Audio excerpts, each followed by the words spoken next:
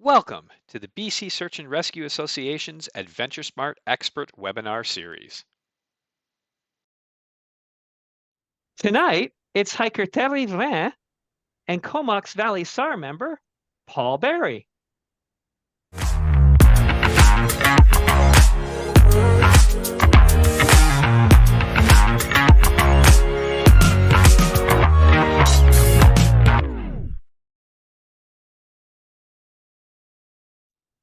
Our first guest tonight is Theirry.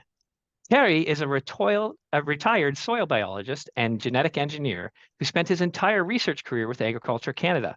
He was the head of a research group of 40 professionals in biotechnology, then vice president and president of national and international associations of soil biologists, and associate editor of several scientific journals in both Europe and in the US. Tonight, Theirry will be sharing his story of a hike that went sideways, or perhaps I should say down, down, down. Please welcome Theirry. Good. So, we live in Comox Valley on Vancouver Island, which is unceded territory of the First Nation, the Comox First Nation.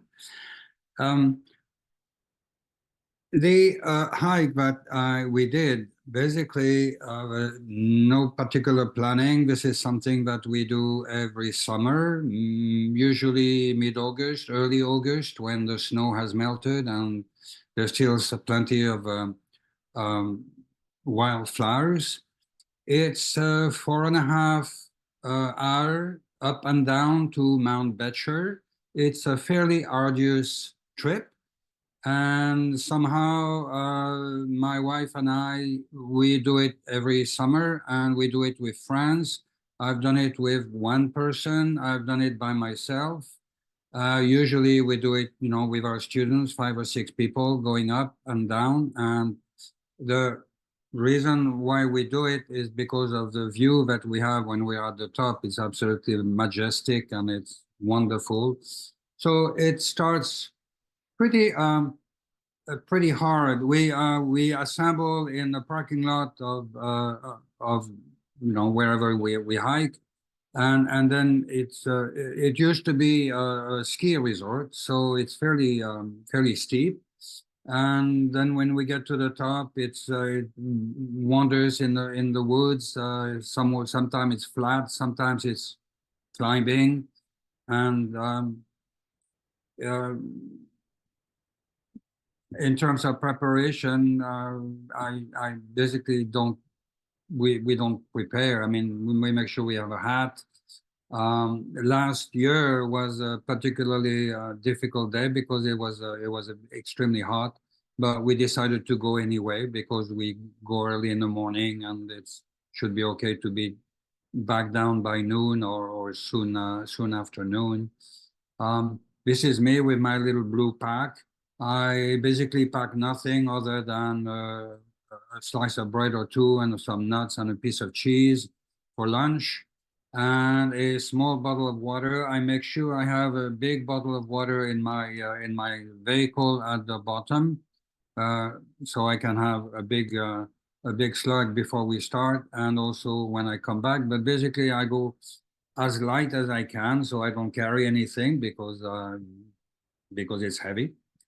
And then we just walk for basically 2 to 3 hours to the summit. There's a place here where you have to, there's a big long cord that we have to use to climb on the rocks. It's very steep. And then we get to the top, and the view is absolutely fantastic. Of course, as we climb, we can see more and more of the view. This is the view basically of the Comox Valley with the estuary of the river that goes through Courtenay. In the background, it's the coast, basically the west coast of Canada, and Vancouver is somewhere on your right. It's absolutely fantastic. And this is where we get to the top, and we pause, Usually we can climb for, we walk and climb for 3 hours. No need for a break. And get to the top, and then we take lunch, maybe a half-hour break before we start going down. Nothing particular. The very first time that we did this hike, we got lost and we went down on the wrong side of the mountain. We were, my wife and I, and we had a friend with us. And that was a big an interesting experience, because we got lost and we had completely lost the trail, and we went on to basically found a logging road, and obviously the logging road was going somewhere, so we were not too afraid of being, lost in nature without much water at all and no food. And a vehicle found us, so that was cool. That was the end of that particular experience. This is my wife. At the top, of course, we just had lunch, and I was growing a beard at the time. This is a year ago almost. So I've stopped my growing my beard, maybe to kind of forget my experience, I think. So, and then going back down is pretty much the same trail. It's marked. There's little people have marked it with little orange and red ribbons, and so we're quite accustomed to it. Group picture at the top, of course, right after lunch with our students and our good friend Sylvie, who went back up the mountain the next day to kind of I don't know, befriend again or refriend the mountain. So going down, it's not very steep for a while, and then it gets steeper, and this is where I remember I was not in good shape. I was not enough. I had not trained. I had not, walked or climbed or done any hard work physically, and that was a mistake. I do remember that the year before on my climb, afterwards, I told everybody that the mountain had changed, that it was a lot steeper than it used to be. So obviously, I was not in good shape. And again, there are portions where it's very, very steep. And so we do it very slowly. And very soon after this particular spot, I was separated from everybody. One person was in front, and everybody was 2 or 3 minutes behind me. And there was a spot where I had to jump, and I was very tired. I think I didn't recognize that how tired I was, but I was very tired, and I was afraid of falling. And I noticed that on the left there was a little trail going on the left. Obviously, people had gone to avoid this little jump, and so I went on the trail and lost the trail very quickly. And very quickly, I found myself on something very steep, and I lost it, and I basically never made it back to the trail. And this is where the drama started, because very quickly I was, I could say, fighting for my life, because I was climbing down, very, very steep slopes, hanging on to bushes and trying not to, break my body, break my legs. At one, and that I went on doing that for 2 to 3 hours, and I was completely lost. I went down to I noticed at one point that there was a stream down below, and so I went to the stream expecting that it would be easy um, to walk down the stream, but of course it wasn't at all. There were big boulders and big pools, and at one point there was about a 15 feet um,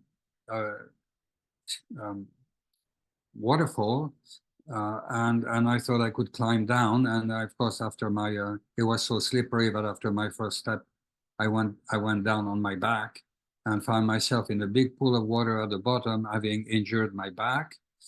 I knew I had bumped hard, but I didn't feel it very much. And so I just climbed out. It was a very hot day. Being in the pool of water was wonderful. I did not fill up my little tiny water bottle. That was a mistake. And I just kept on my trek. There was a lake, a small lake down below. I went around the lake expecting that maybe I would find a trail, but I didn't. And then pretty soon it was again extremely steep and going down on my ass. Basically, my shorts were in shreds, and my skin too. Um, my heart was going 150 all the time. I had to pause every minute or two because I was it was incredible.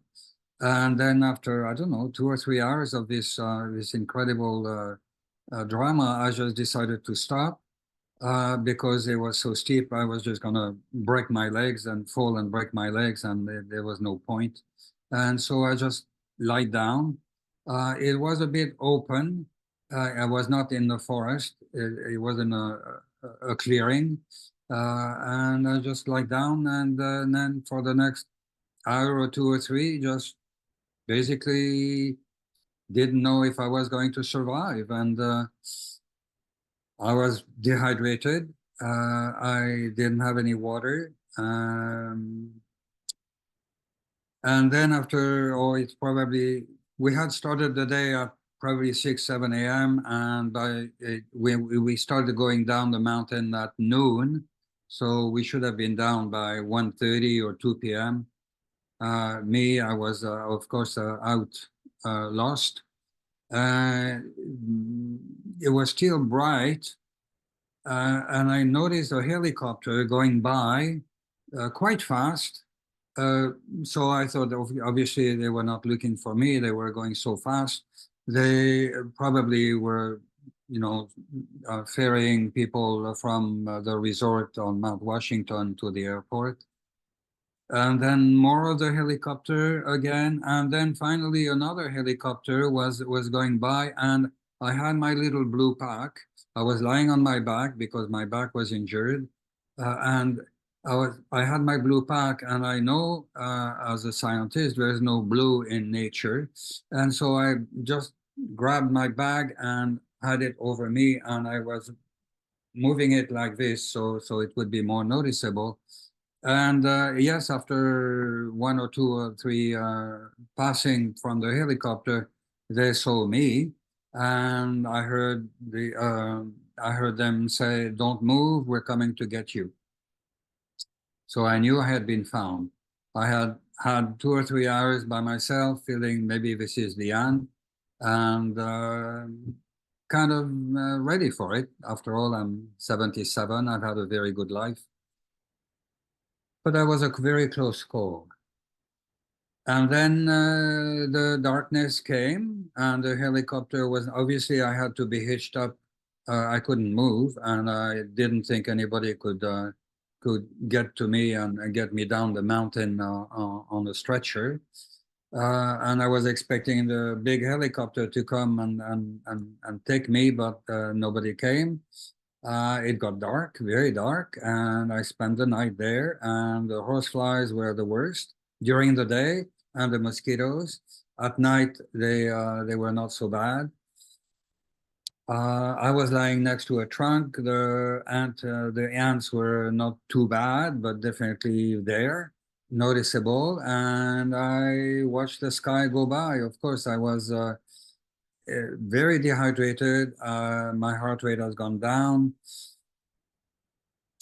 And I just looked at the stars for the whole night. It was not that cold. It's mid August. It was about probably 12 degrees centigrade, 10 degrees centigrade, but I had nothing on. You can see how I'm dressed. I have my little t-shirt and nothing on. I spent the night with my blue bag on my belly. Uh, assuming that the helicopter would come back the next morning and pick me up. And next day, finally the light came on, and I was cold. I was shivering all night. Of course, I didn't sleep a second. And then the sun came up, and that was wonderful because then finally I warmed up. But of course, within an hour, I was cooking in a full sun, and that was a serious, serious cooking for several hours. And probably around 1 p.m. or so, or the helicopter came by in the morning and talked, said many things, but it was completely unclear to me because I'm hard of hearing, and I absolutely didn't understand what they said. But I had not moved. Obviously, I could not move. And then finally, probably around noonish or so, maybe 1 p.m. or so, a big dog appeared, and two big guys appeared, and I knew I was saved. And the first thing I asked was like, "Do you have any water?" And they gave me all the water they had. And then the next thing I asked was, "Now, do you have a cell phone? I need to call my wife to tell her I'm okay." And I had no idea, but of course she had been. That's her story. Paul Berry will tell you the story from his side. Um, more people arrived, 2 or 3 more people from search and rescue arrived. They gave me more water. They put a screen over my head so I couldn't I didn't cook so much. And then finally around maybe 2:30 p.m. the helicopter came. Um, Probably the reason for the delay was that there was no helicopter in the valley, because I heard that afterward that they were all in the Okanagan Valley where the big fires were on. So they were very busy over there. And I have a video to show you. This is a 1-minute video of the rescue.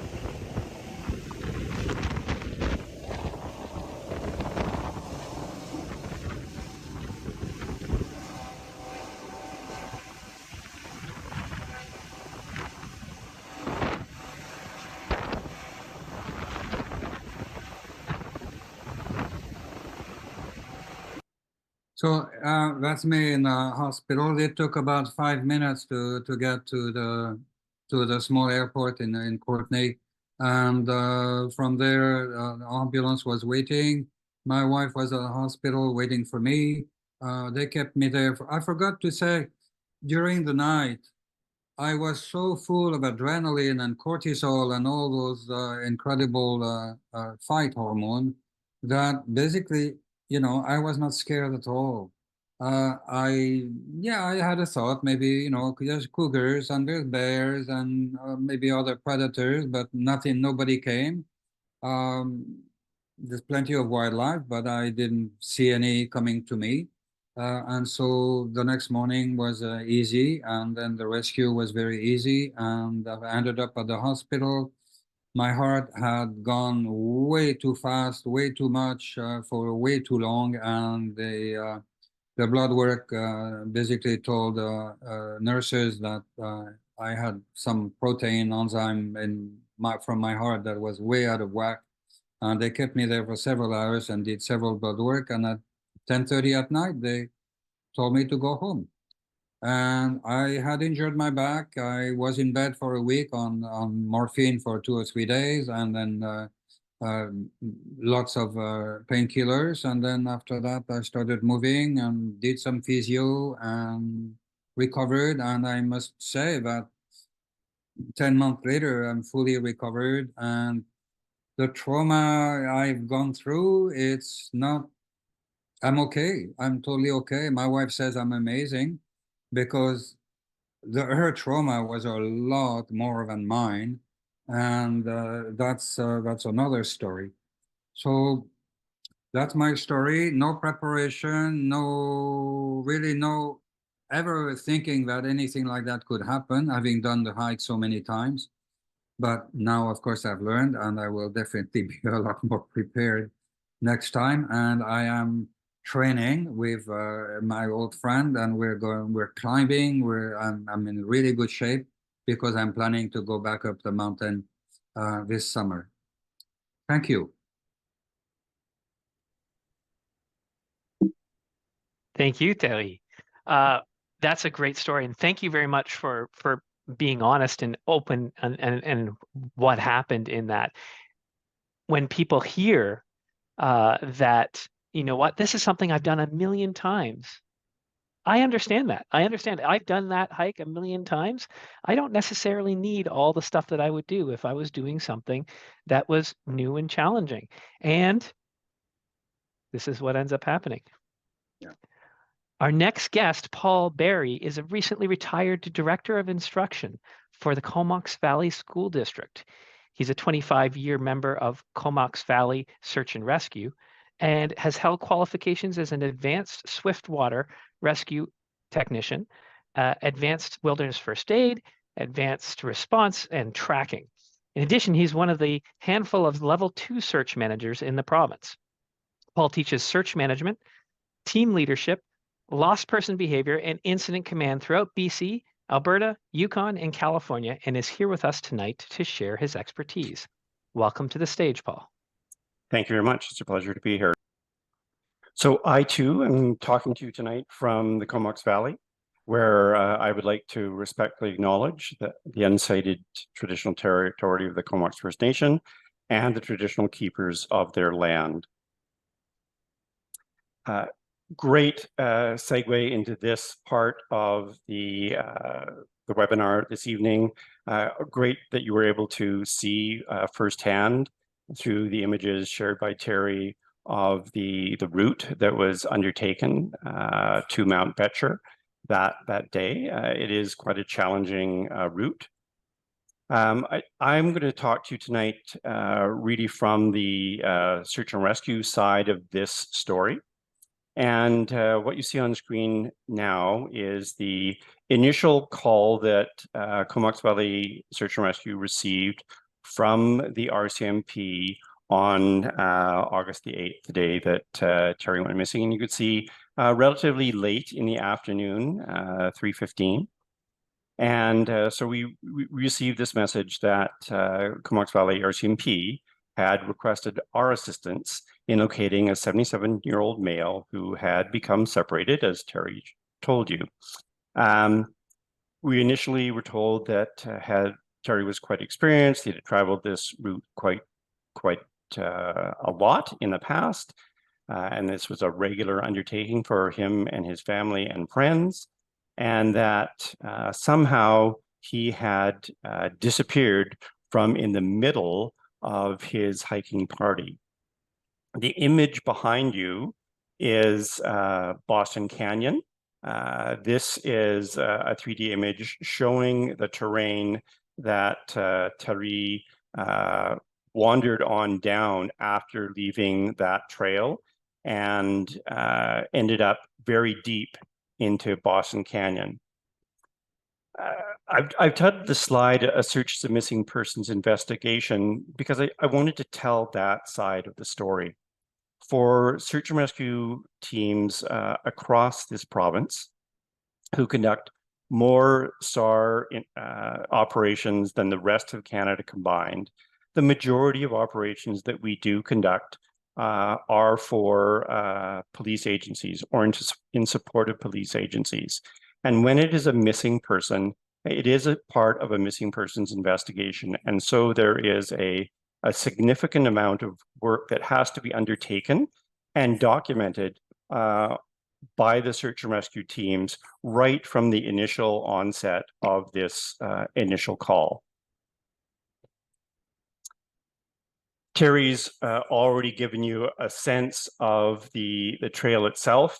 This is an image from All Trails showing the start of the trail at the old ski hill at Forbidden Plateau, and you can see it's it's a fairly significant hike, particularly in the type of weather that Theirry and his crew went out on that day.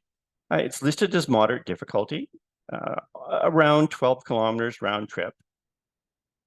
Normally 4.5 to 5 hours in duration, but it's a significant elevation gain of almost 670 meters. And as the image to the right shows, there are sections where it's steep enough that you need to be supported by ropes. Both the images that Theirry shared and this just give you a sense of the type of terrain that we as a SAR team immediately begin to get a picture of. Where is it that this individual has been hiking? What is the terrain that they're undertaking? What are the current weather conditions? What have the previous weather conditions have been? And where are the likely spots that would be decision points along this route where someone may have made a wrong turn? We utilize a science of searching. It's known as lost person behavior. There have been a considerable amount of research over decades into how lost persons behave. And there is an international search and rescue database which has collected, I think the current database, something like 150,000 different search stories, very similar to Theirry's, that have documented the types of actions that individuals undertook within a variety of environments, and how the terrain impacted the decisions that they made as they became lost. This lost person behavior for our team and for teams across British Columbia is the first place that we look as we begin to plan how to action this search. On the slide, it's known as reflex taskings. Imagine this bicycle wheel placed over the area that we are going to search. The axle of the wheel is the last known point that Theirry would have been seen, or the last known point that he was believed to have been at. The hub is a statistical ring which defines an area for missing hikers, and that area gives us specific tactics that we have to undertake within that area. So everything in that 25% statistical ring had to be thoroughly searched. And we, as a grid search, we would use trackers and canines in that area to try to determine the direction of travel that Theirry may have undertaken from that location. I'm going to go out to the hub. The hub is the 95% statistical circle based on those 150,000 searches. And this is usually the furthest distance, or 95% of all hikers would have traveled or be found within that hub. So that gives us our outer margins of a search area. The axles are travel routes or travel corridors, and axles can be anything from trails whether they're man-made or animal trails, ridgelines, drainages, contour elevations, those too begin to be analyzed very, very quickly and become potential assignments for search teams to undertake in the early hours of an operation. And then the reflectors are points that are identified along spokes or along travel routes that are indicative of where someone might go, depending on the nature of that person. If it's a hunter, it's the areas where, you know, the type of game that they would be hunting. If it's a mushroom picker, it would be, you know, where the mushrooms are on the different aspects of slopes. If it's a photographer or a climber, those two become reflectors. So between the axle, the hub, the rim, the spokes, and the reflectors, dozens and dozens of assignments can be generated very quickly.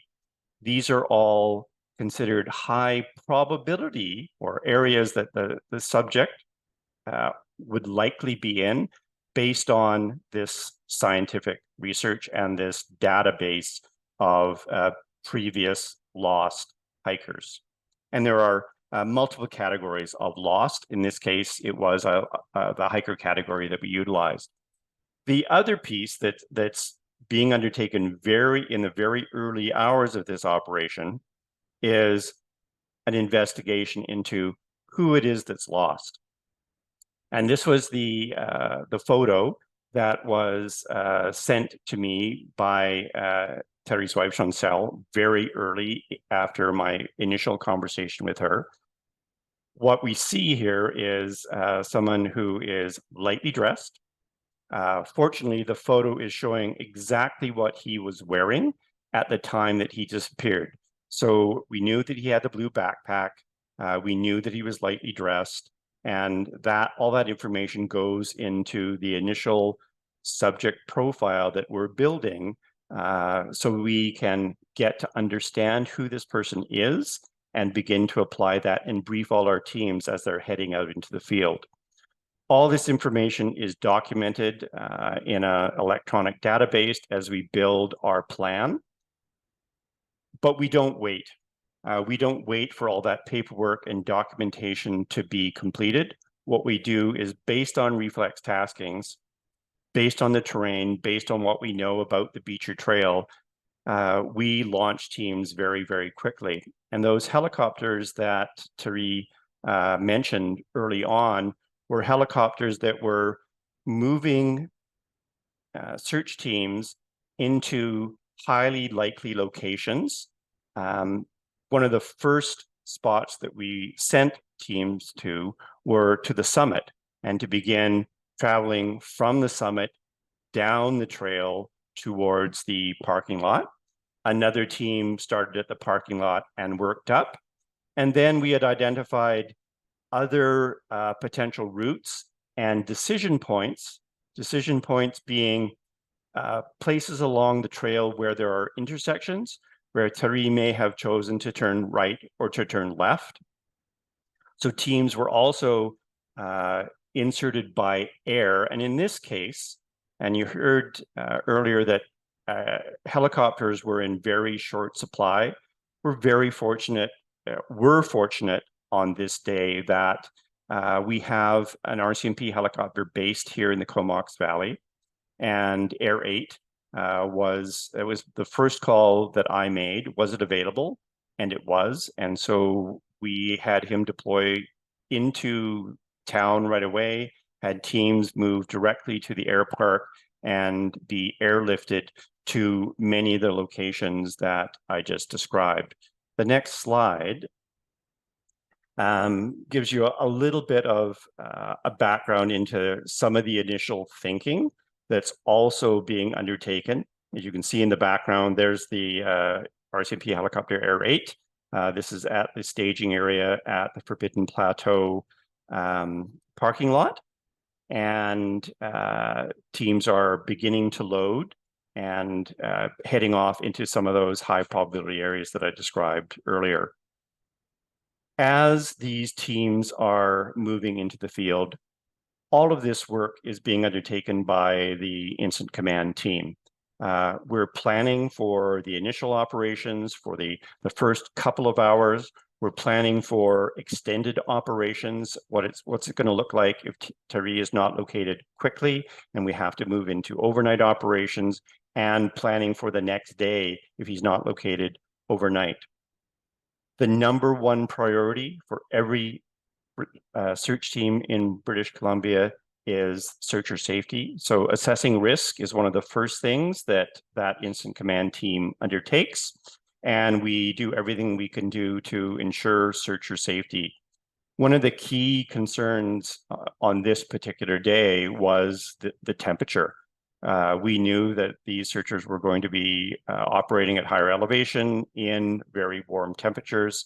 So every precaution was being made to ensure that they were well hydrated, that they had electrolytes, all those sorts of things with them, and that we could resupply them from the air where possible. The initial teams were deployed by air, some from ground, starting at this particular location, as you see in this image, heading up the trail. And that included both ground search teams and canine teams, both RCMP police dog services, as well as SAR canines. Once those teams were deployed in the field, there was a lot of networking back and forth between the incident command group and with Chantal and the other, Theirry's wife, and others who were with her to try to get an understanding of what skill sets Theirry had, how he might behave if he understood himself to be lost. Would he stay where he was? Would he continue moving? And all of that information helps build our further planning. We established a forward staging, and that was at this particular location at the parking lot at Forbidden Plateau. In the foreground, we see Sarah. Sarah was one of our very, very brand new, newly graduated GSAR members, and her job on this day was to be the active liaison with the family, so that there was a SAR member with them at all times, and that we could have good, clear, direct communication. As I said, while the initial teams were being launched in the field, there was a significant amount of forward planning being done. One of those pieces of planning was the acknowledgement that we were deep into fire season. There were active fires burning on Vancouver Island and throughout the rest of the province, and we knew that helicopters were at a premium. And this is not something that the general public would recognize. Most people believe what they see on TV, that they call for help and magically all these resources appear.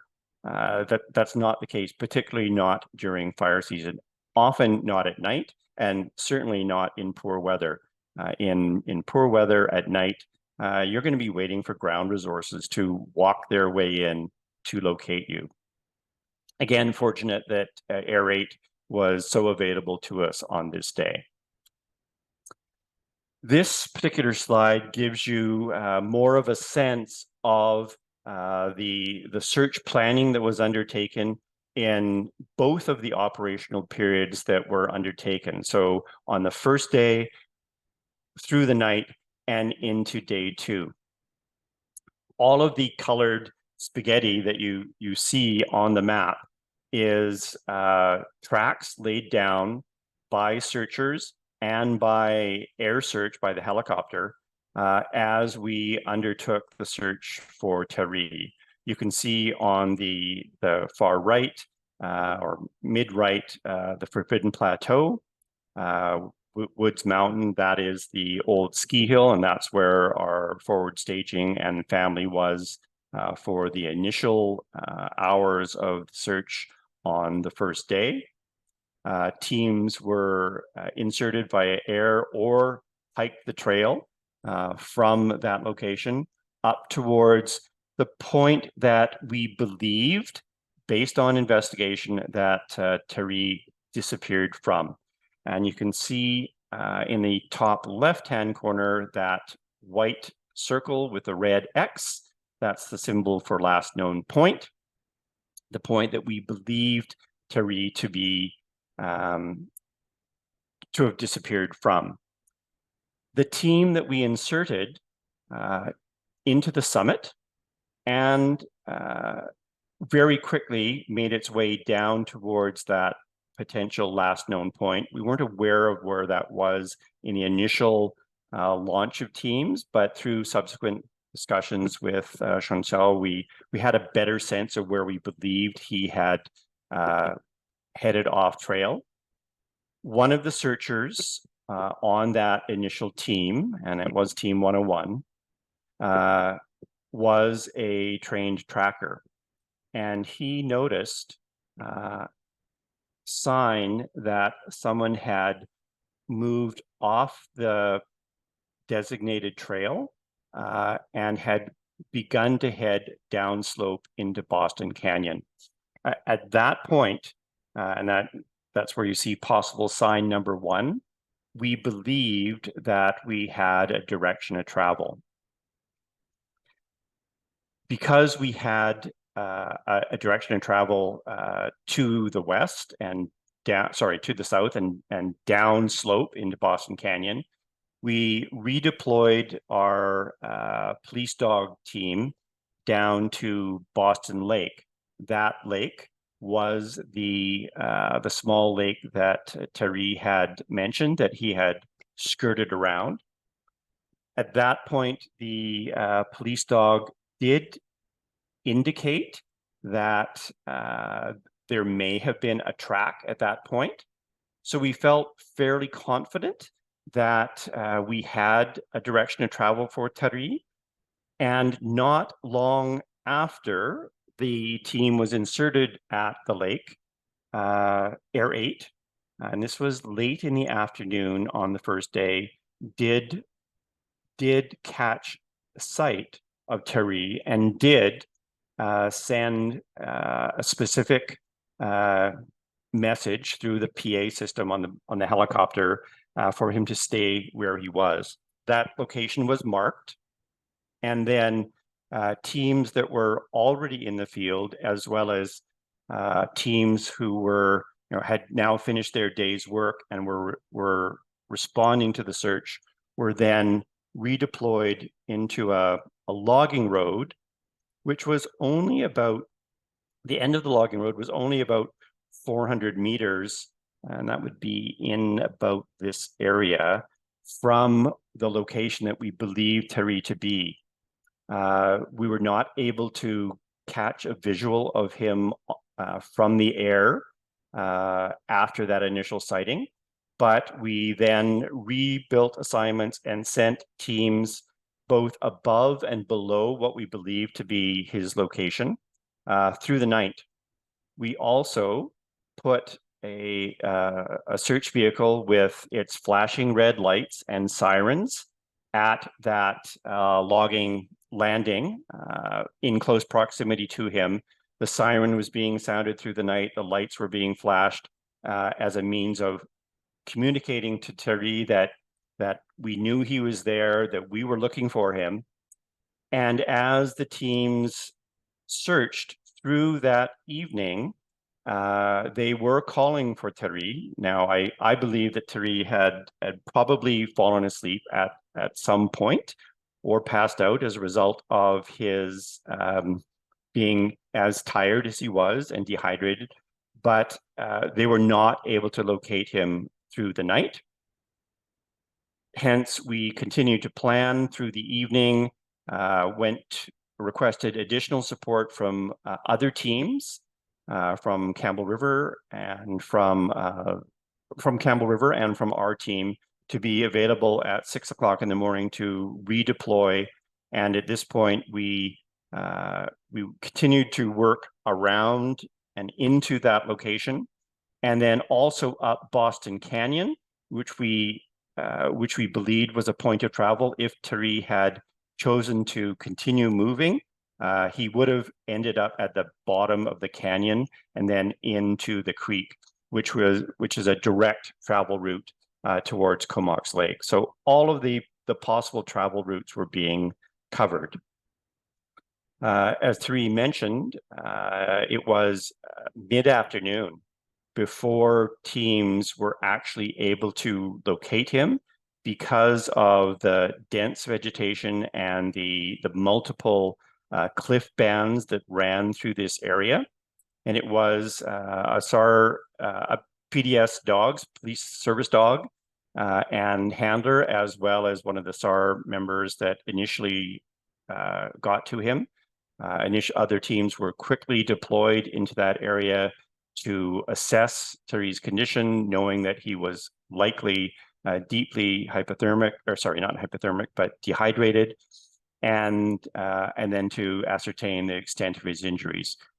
Very quickly, we recognized that he was not going to be walking out, and that any type of stretcher carry would have been an arduous and unsafe act for our team to engage in.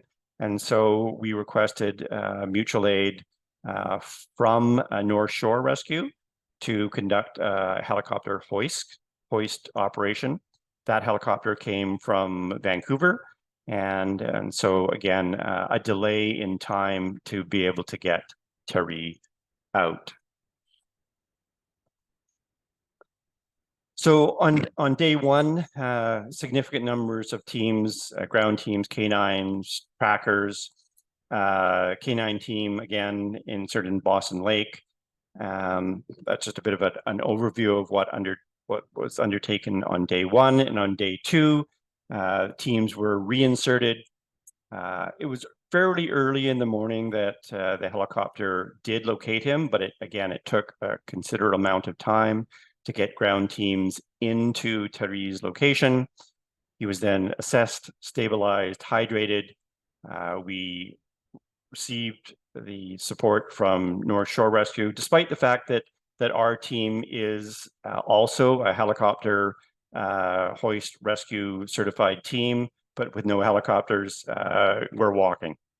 And at about 2:30, Theirry was successfully lifted and transferred to BC Emergency Health Services, where you saw him lounging in the hospital with his wife by his side.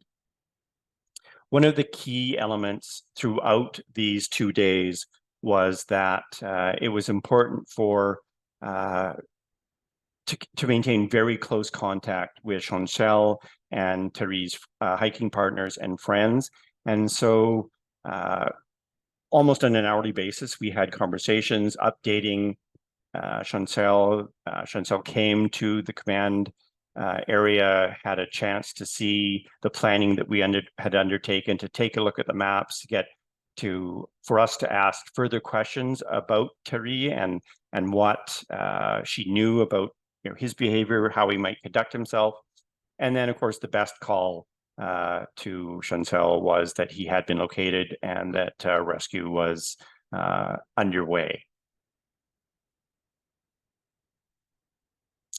And that concludes day one and day two of that search. Thank you kindly, Paul.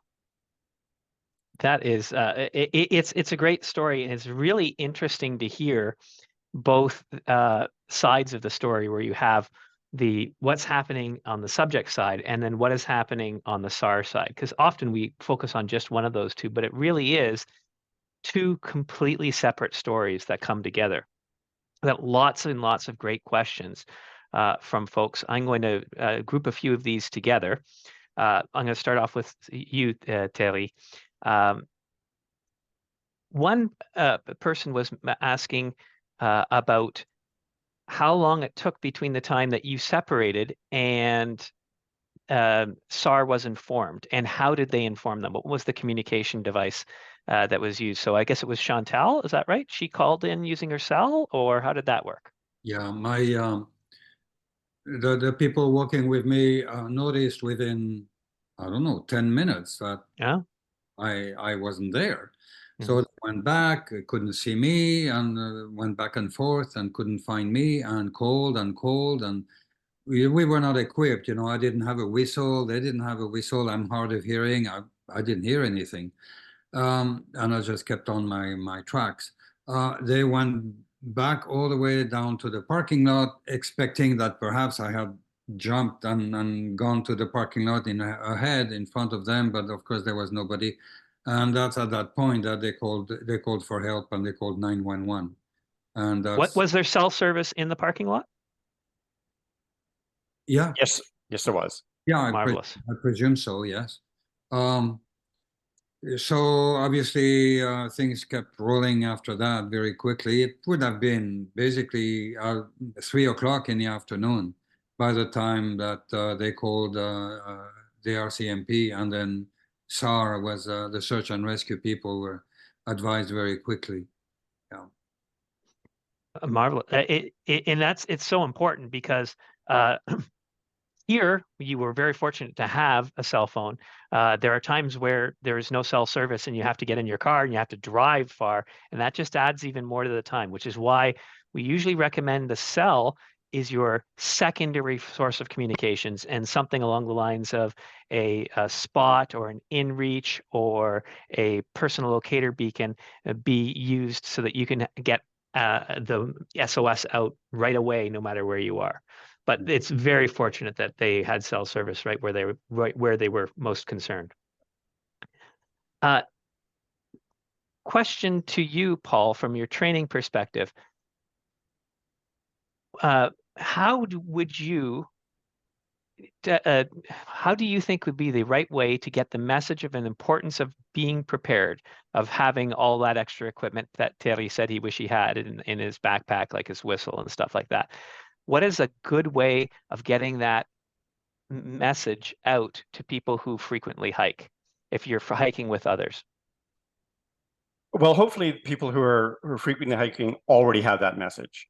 But clearly accessing the AdventureSmart site and looking at all the information that is contained there around the 3 T's, the training, the trip planning, and the essentials.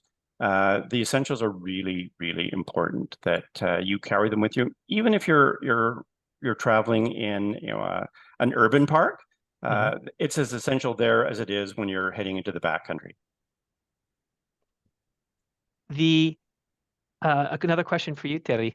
Yes. In your mind, if you can sort of set yourself back into the mindset you had at the time. Do you recall why you decided to keep going when you decided to keep going, and why you decided to stop when you decided to stop? What was the rationale that was going through your head? I'm sure I was very tired the whole time. Why I kept going instead of going back to the main trail, which was like 1 minute away. I guess I was convinced that the trail was just like 30 seconds away on my right, and I would reach it. And then, of course, I started sliding down the mountain, etc., and lost it completely. My wife was convinced that I had had a stroke or something like that to make that kind of stupid decision. That was no, I'm serious. No. To be, I do the same thing. Like I am not guilt-free in this. I do the same thing. I sometimes think, oh, you know what? That looks like it's just the trail's going to split and it's going to come right back together again. And I'll just take the right-hand side because maybe it's a little less wet. Maybe the left-hand side looks like it's wet. The right-hand side looks like it's less wet. It's going to go back to the same place anyway. I'll take it. And it didn't. And in this case, it didn't. And again, your question about why did I stop and where did I stop? But I was completely exhausted. And like I said, my heart was going 150 all the time. And I knew I couldn't make it. I was going to fall and break my legs. And I could see that there was a steep, and I could see there was a logging road on the other side. And I thought maybe I could reach that. Right. But being so exhausted, I knew it was going to take me several hours to do that. And there was no point. So. No, it's great. It's great to try and get yourself into that mindset because, like you said, you get yourself into this position where you think it's just going to be a little bit further and I'll be safe. And sometimes that's when we want you to stop. So let's talk about that for a second, Paul. When is the right time to stop? Well, we hope people don't travel very far, but as soon as they believe that they no longer can reorient themselves, that they don't know where they are, they should stop. And they want to stop in an area that that has some visibility to the sky so that they can be seen, but an area also that's going to provide them some protection. Paul, Ray asks an interesting question. We talk a lot, and we're going to have a little bit of the video about trip planning. And in the trip planning portion, you want to let people know when you're going to be late. In Theirry's case, it was really easy because they were all a part of the same group, so they knew that Theirry didn't make its way to the parking lot. But if for some reason the entire group is delayed, then you want to make sure someone who's not with the group knows when they're expected to be home. That's a part of our basic trip planning. Ray is asking, when he goes and does mushroom picking, he picks and hikes alone. And he's wondering, what are the things that he can do to keep himself safe? Who should he be filing a trip plan with? Who should he be making sure has the number to call SAR, which is 911, in the event that Ray doesn't show back up? Yeah, it's a really good question. And Ray, amongst your friends and acquaintances, you want to pick that one or two people that you have total faith in, that if you tell them where you intend to go, and I know mushroom pickers can be a little bit secretive, so these have to be people that you can trust to be protective of your mushroom area as well, but more importantly, that they're protective of you, and that you file a plan with them, tell them specifically where you're going to park, where you intend to go, what time you expect to be back, and what time you'd like them to call 911 if they haven't heard from you. Marcus mentioned that he has a Reco belt, and we're giving away Reco a little later on. So I'm going to take that question. I'm going to put it a little bit later on when we end up giving away our Reco, and maybe I'll ask Paul at that point in time what the Reco reflector would do and how it may or may not be helpful in certain circumstances. I know it's not the end all be all for anything. It's just another tool in the toolbox, but we'll put that one to the side. And I think we're almost out of time here. So what we're going to do is play a brief 4-minute video. And then on the other side of that, we're going to give away some goods, some neat things. One of them is a backpack from Arc'teryx. Another one of them is a reflector from Reco. And another one is a lamp from BrightSource. So if you haven't won in the last year, get your fingers ready. You're going to be putting it into the chat, the answers to my questions, and we'll fire them off to you. I had a person early on in the chat tell me they just received their thing from a couple weeks ago. So it does actually get out there. So stand by, folks, and we will go ahead and share that 4-minute video, and we'll be right back.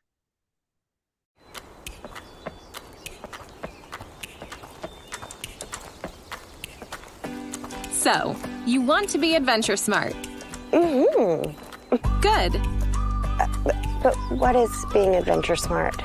Being AdventureSmart is really all about taking responsibility for your own safety and following the 3 T's. Got it. What are the 3 T's? What are the 3 T's? The 3 T's are the trifecta of outdoor safety: trip planning, training, and taking the essentials. The 3 T's can vary from person to person, activity to activity, and season to season. But here are some important ways to ensure you are prepared and safe on your next adventure. Trip planning. We could go on forever about this one. Trip planning is an essential step and one of the easiest ways we can stay safe on our adventures. This is something that should be done every time we head into the outdoors, whether for a few hours or multiple days. Trip planning can be broken down into 4 simple steps.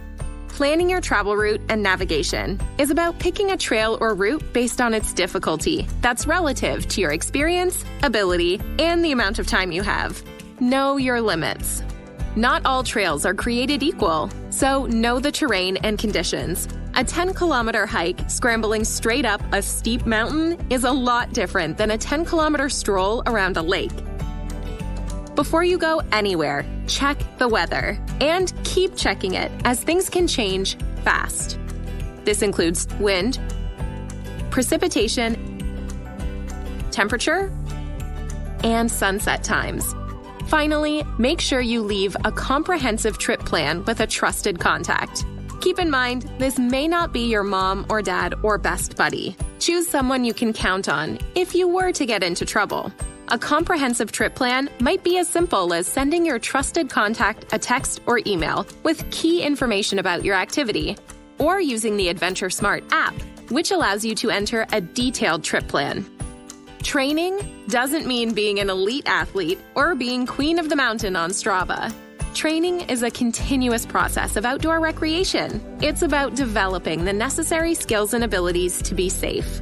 This might include working your way up to that big summit hike, taking a few courses to expand your wilderness and backcountry knowledge, navigation and route finding courses, or even learning more advanced skills like rescue and emergency training. You have planned and trained. Now make sure you take the essentials. Taking the essentials means packing everything you potentially need to stay warm, safe, and dry if an emergency unexpectedly arises. What if you rolled your ankle or got hurt? What if you got lost and had to spend the night outdoors? Take the time and be prepared to look after yourself. So that's it. Those are the 3 T's. That's it.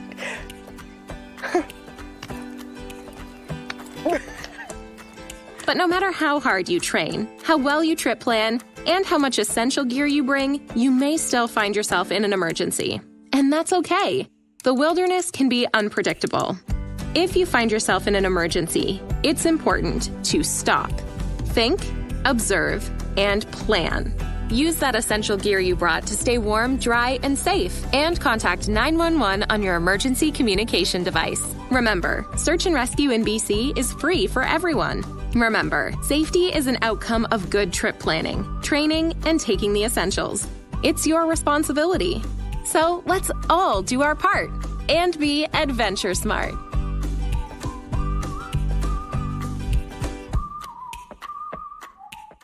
So we've got lots to give away. Welcome back, everyone. We're going to start by giving away a big prize, which is a backpack from our supporter, Arc'teryx. And what I need you to do is in the chat section, sure you're using the chat section, you go ahead and type in the answer to the question. I'll go through afterwards and find the first person who answered based on the chat log, and we'll get back in touch with you based on the email address that you registered for this event for on Zoom. So if you've won in the last year, we're not going to be able to give it to you, but if you haven't, get your fingers ready, because I want to know when Theirry was doing his information about how he got himself ready for the his hike. He said he kept a big bottle of water somewhere. So he had a little bottle of water and a big bottle of water somewhere. Where did he keep it? Theirry, remind us, where did you keep your big bottle of water? Well, actually, I had one in the truck, but my wife also took one and left it halfway up the trail. So, which was a good thing. But there you go. Never got back to it. So that's right. It's in his car. And so we'll get back in touch with the first person who replied to that one. And that person will get an Arc'teryx backpack. The second giveaway tonight is going to be a lamp. It is from our supporter Bright Source. And what I am interested in knowing is, you just heard it, and I think I even typed it in the chat a little earlier on and maybe in the Q&A. What does STOP stand for when we're using it in AdventureSmart? There you go. People even copying back exactly what I wrote. Exactly. It's stop in a safe place, think, observe, and then make a plan. And then only after you've done that, act.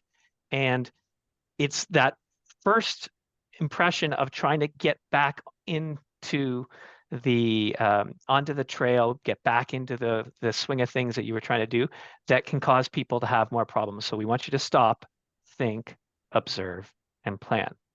Finally, for the reflector from Reco, Paul indicated at the beginning of his session that when we do a search in search and rescue, it's a specific type of investigation for the RCMP. What type of investigation is that? It is indeed a missing persons investigation.